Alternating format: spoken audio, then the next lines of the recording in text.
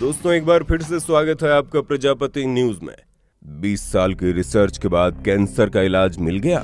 दोस्तों जब किसी की हालत बहुत ही ज्यादा क्रिटिकल होती है तो लोग कहते हैं कि इसे दवा से ज्यादा दुआ की जरूरत है, और जब बात कैंसर जैसी बड़ी बीमारी की हो तो लोग डॉक्टर को ही भगवान समझते हैं और अपनी जिंदगी की आखिरी उम्मीद मानकर हर पल दुआ करते हैं कि कैसे भी करके उनकी जिंदगी से ये जानलेवा बीमारी चली जाए।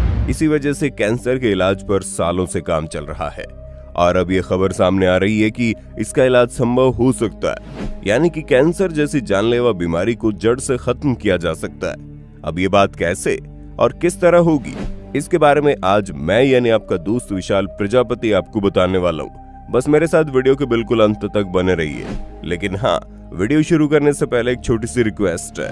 वीडियो के नीचे रेड कलर का सब्सक्राइब बटन दिख रहा होगा, उस पर क्लिक करके सब्सक्राइब कर लें और साइड में बेल आइकॉन भी दिख रहा होगा, उस पर भी क्लिक कर लें ताकि आपको वीडियो मिले सबसे पहले। असल में दोस्तों कैंसर का इलाज ढूंढने वाले शोधकर्ताओं ने कैंसर के एक जीन से लड़ने में सफलता हासिल कर ली है। शोधकर्ताओं की रिपोर्ट के मुताबिक कैंसर पैदा करने वाले जीन MYC से मुकाबला करने वाली दवा पहले परीक्षण में इसकी प्रोग्रेस को रोकने में सफल हो पाई है।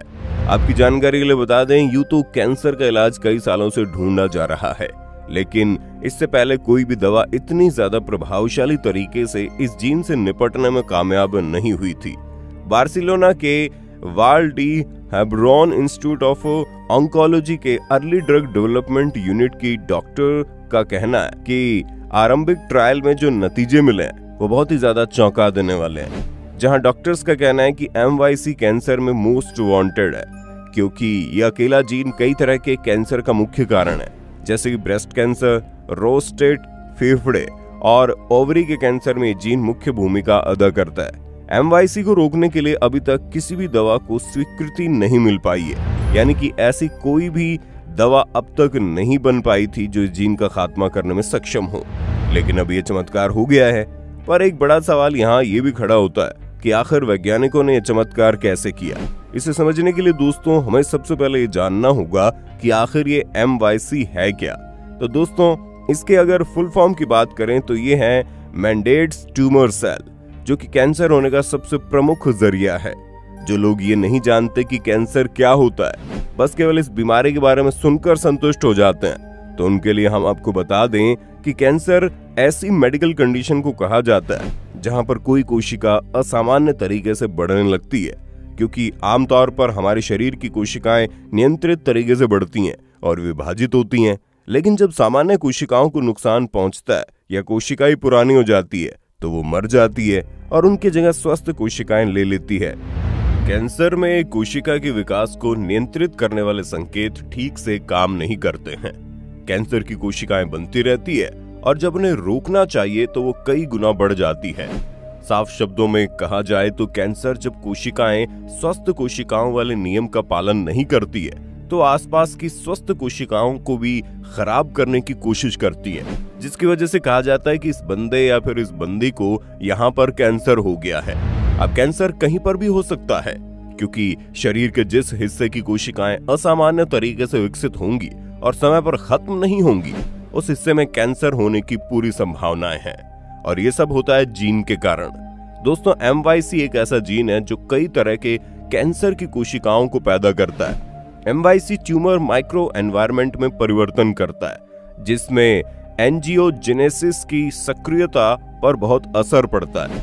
ऐसे में दोस्तों वाल डी हेब्रॉन इंस्टीट्यूट ऑफ ऑन्कोलॉजी नाम की इस संस्थान ने कई सालों तक अपनी रिसर्च की है और एक छोटा प्रोटीन यानी कि मिनी प्रोटीन तैयार किया, जिसका नाम OMO 103, जो कोशिकाओं के एकदम न्यूक्लियस तक पहुंचने की हिम्मत रखता है। प्रयोगशाला और चूहों पर किए गए परीक्षण में पता चला है कि ये जो मिनी प्रोटीन है ये कैंसर को बढ़ावा देने वाले जीन को रोकने और उन्हें ब्लॉक करने में सक्षम है। और ये मत समझ जाइएगा कि इस दवा का ट्रायल केवल चूहों पर ही किया गया है। जिस संस्थान ने इस दवा को बनाया उसके डॉक्टर्स ने 2021 में 12 कैंसर मरीजों के ऊपर इसके पहले चरण में क्लिनिकल ट्रायल कर लिया है और ट्रायल में इस दवा के सुरक्षित होने और कैंसर पर इसके असर को बारीकी से परखा गया। ट्रायल के दौरान हर किस्म के कैंसर के मरीजों को लिया गया था और उन सभी मरीजों का पहले से ही इलाज चल रहा था। जहां कैंसर के मरीजों को नसों के माध्यम से हफ्ते में एक दिन दवा के छोटे छोटे 6 डोज दिए गए। मरीज के वजन के हिसाब से 0.48 से 9.72 मिलीग्राम प्रति किलो दवा नसों में डाली गई। शोधकर्ताओं ने ट्रायल से पहले मरीजों के ट्यूमर की बायोप्सी भी की। बीते 10 अक्टूबर 2012 को जब इन मरीजों की दोबारा से जांच की गई तो आप ये जानकर हैरान हो जाएंगे कि 12 में से 8 मरीजों में कैंसर की ग्रोथ रुक गई थी। अच्छी बात यह है कि ये दवा सभी तरह के कैंसर के मरीजों पर अच्छी तरह से असर कर रही है। डॉक्टर्स के अनुसार अब दवा का ट्रायल आरंभिक दौर में, लेकिन उन्होंने कहा कि कई मरीजों में कैंसर स्थिर हो गया। इलाज के बाद एक मरीज का ट्यूमर 8% तक कम हो गया और एक दूसरे मरीज में तो ट्यूमर को बढ़ाने वाले डीएनए में कमी देखी गई है। उनके मुताबिक सबसे अच्छी बात यह है कि यह दवा कैंसर को बढ़ाने वाले जीन को सही से टारगेट कर रहा है और इसके बुरे प्रभाव भी बहुत कम है। दोस्तों, ये ट्रायल दवा को कैंसर के दूसरे इलाज जैसे कि कीमोथेरेपी के साथ जोड़ने में बहुत ही ज्यादा मदद करेगा। डॉक्टर्स का कहना है कि यह दवा रक्त शिराओं में कम से कम 50 घंटे तक बनी रहती है और कहा तो ये भी जा रहा है कि दवा के ट्रायल का दूसरा चरण भी शुरू होने वाला है, जहां मरीजों में दवा के डोज को बढ़ाकर 6.48 मिलीग्राम प्रति किलो किया जाएगा। और अगर ये ट्रायल भी सफल हो गया तो इसका तीसरा ट्रायल होगा जिसमें सफलता मिलने के पूरे चांसेस है।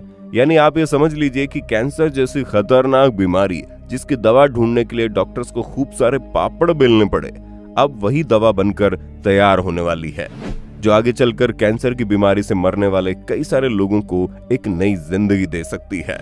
अब इसके बारे में आपका क्या कहना है, कमेंट में जरूर बताइए। इसी तरह की वीडियोस को देखते रहने के लिए हमारे चैनल प्रजापति न्यूज को लाइक, शेयर, सब्सक्राइब करना ना भूलें। और हाँ, हम फिर मिलेंगे नई वीडियो में, तब तक के लिए जय हिंद, जय भारत।